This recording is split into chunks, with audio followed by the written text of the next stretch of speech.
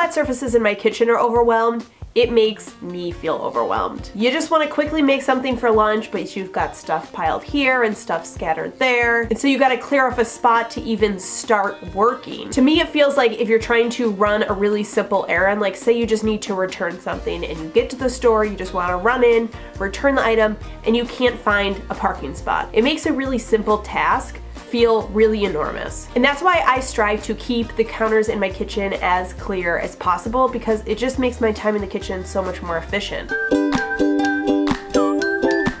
So first up, let's address just the flat surfaces themselves. So we're gonna work from one side of the kitchen to the other to just remove it all. I really like working through a space from one side to the other because I feel like when there is a lot going on, when there's lots of little messes, it's really easy to get distracted. But if you work from one end to another, you kind of always have a place that you're going back to instead of sort of just like randomly bopping around the space. Find a neutral place somewhere. I like using my dining room table because it is close to the kitchen, but it's not in the kitchen, and take all the stuff off your counters and put them there. Now, the reason I'm just taking all the stuff off the counters and putting them in a neutral place for now is because I'm not stuck making a lot of decisions. Very often with cluttering, especially in kitchen counters, it becomes fatiguing really quickly because every single item is a decision. We're looking at our stuff and we're like, where should I put this? Where does this belong? Oh man, I gotta send this return. I gotta fill out this paperwork. I need to repair this kid toy or whatever. Kitchens love to accumulate things that need our attention. A perfect example right here on my counters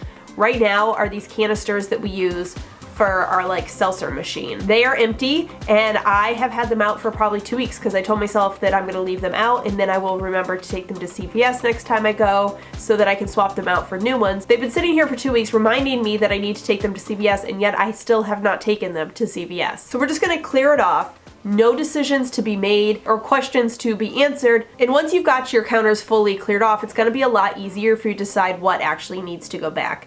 You are not going to be hung up on all of the questions. You can really just look at what do you want in your kitchen. Things that are not obvious yeses are probably no's. I'm returning our seltzer maker that we use every day. I'm adding back our fruit basket. I have my RO box and then my soap tray for the sink. And really those are kind of the only obvious yeses for me at this exact moment. And so now I still have the clutter, but I have it in a neutral space. It is on the dining room table. So it's not like I'm trying to kind of sort through it on the counters themselves. The counters now have been replaced with things that need to be there, and I just need to tend to the stuff that was clutter. I basically answered the question of what in this space is clutter without actually having to answer the question. In our kitchens, it's very easy to fall into the convenience illusion.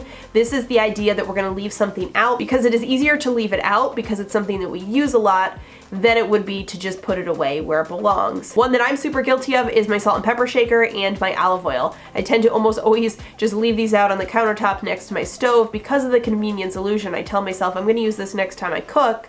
But the truth is, it really doesn't take any more time to just like lift it up and put it in the cupboard right next to the stove, and it's actually a better place to keep that stuff because it's protected from the heat of the stove. Most of the things in our kitchen can be easily stored away to save space on counters, even things that we use often. Like I know a lot of people, for example, like to keep a canister by their stove with their spoons and their spatulas. I've got limited space here, and so keeping cooking tools in the drawer next to my oven is just as effective, takes just as much time to grab what I need when it's time to cook, and it saves up space on my counter. And I know that sometimes people will say to me that they think over clearing off the counters just doesn't make sense.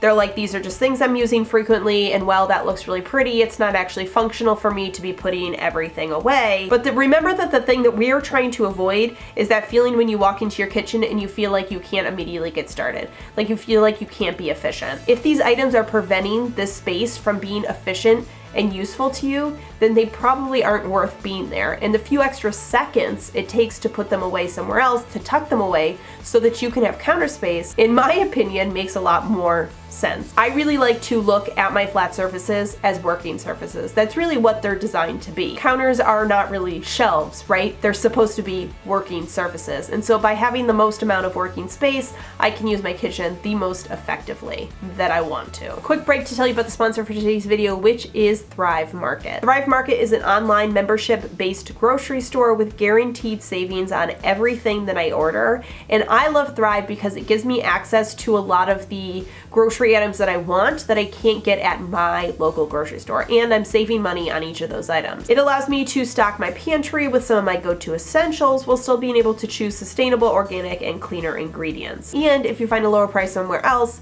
they will price match it. Just like I tried to keep excess off of my counters, I really try to keep my pantry from being full of excess as well. And so I really stick to my tried and true staples and pantry like essentials that I always have and I always use. I'm honestly not trying to bring in like tons of bizarre random snacks and items that I am not used to going through. And so I love Thrive because they have those essentials. It makes it really easy for me to search by diet, lifestyle, product type, and even drill down by my favorite brands, whether it's gluten-free, vegan, keto. You can shop over 90 diets to find exactly what you need. It's basically like a grocery store customized to what you want. I've been a Thrive Market member for probably 4 years now, and I've turned some family and friends onto it as well because I honestly just truly use it and enjoy it myself. You do pay for a year of membership, but if you don't save in that year as much as the membership cost, you will get that money back. So it's really a no-brainer. If you want to try out Thrive Market for yourself, you can visit the link in my description box down below or go to thrivemarket.com/butfirstcoffee.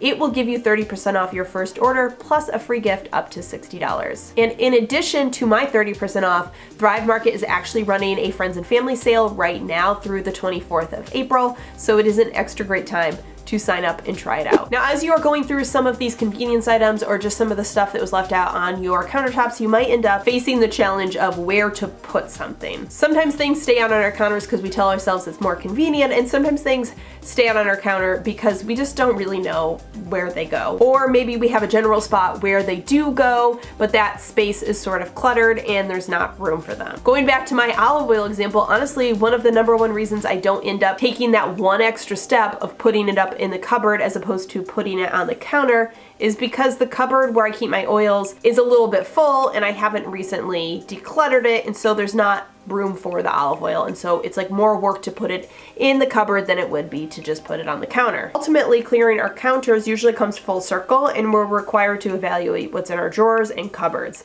We want to make sure that there's room in the cupboards to store away what we need. And this probably requires removing some of the unnecessary. The thing about kitchens is they are huge culprits of clutter creep.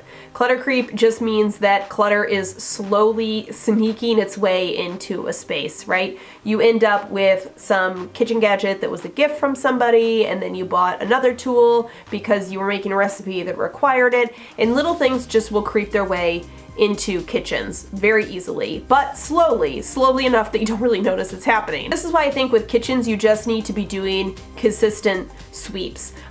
In all of decluttering, but especially in high traffic areas that are prone to clutter sweep like kitchens, we often think that we can do just like this big declutter once a year or even less than that, and that is enough. But I always argue that just consistent maintenance of a space is the best way to do it. Personally, I usually pick a drawer or a cupboard a week, and I just tackle that one. And by the time I get through all the drawers and cupboards and I make it full circle, whatever one I'm finally back to at square one is ready to be organized and decluttered again. Organization and declutter are not one-time things. They are regular maintenance that just sort of needs to be happening. Ultimately, what you end up with when you look at a cupboard that is too full, you end up with excess, and the excess is essentially one of two things. It is one, just excess that you know you don't need. These are things that can obviously go. They are just clutter that you don't want or whatever, and they can leave your house through the trash or through donation or whatever. And then the other stuff is stuff that you might want to keep. Stuff that you need. This is the sometimes stuff, the stuff that you are using sometimes. So maybe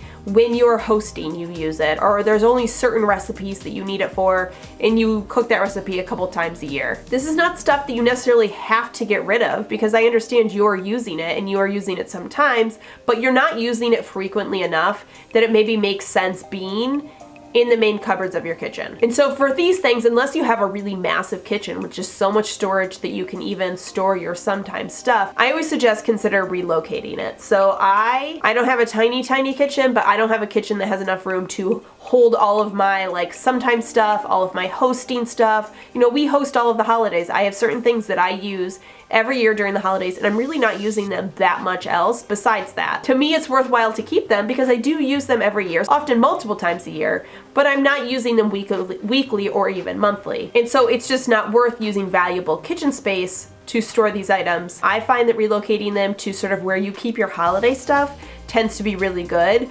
because it's sort of this stuff that we're using a few times a year, just like holiday stuff is stuff that we're using a couple times a year. When I think about my kitchen space, I really want to use, again, unless you have a ginormous kitchen, I really want to use my kitchen space for the stuff that I really am using on a daily and weekly basis, and then I'm getting rid of the excess, whether I'm getting it out of the space, out of my home because I really don't use it, or I'm just getting out of the kitchen area because it's something that I need sometimes, but I just don't need all of the time. And now a final note, I feel like it goes without saying, but in a kitchen, you really want to make sure that everything in your kitchen has a home and an obvious home that it belongs. That goes without saying for pretty much any organization in your house in general, but especially in the kitchen because there are so many different kinds of items. And so it's worthwhile to have some good organizational structures set up in your kitchen to make getting things back to where they belong a little bit easier. So this is like drawer dividers, using labels, using clear containers for overstock stuff, using pull-out drawers, using different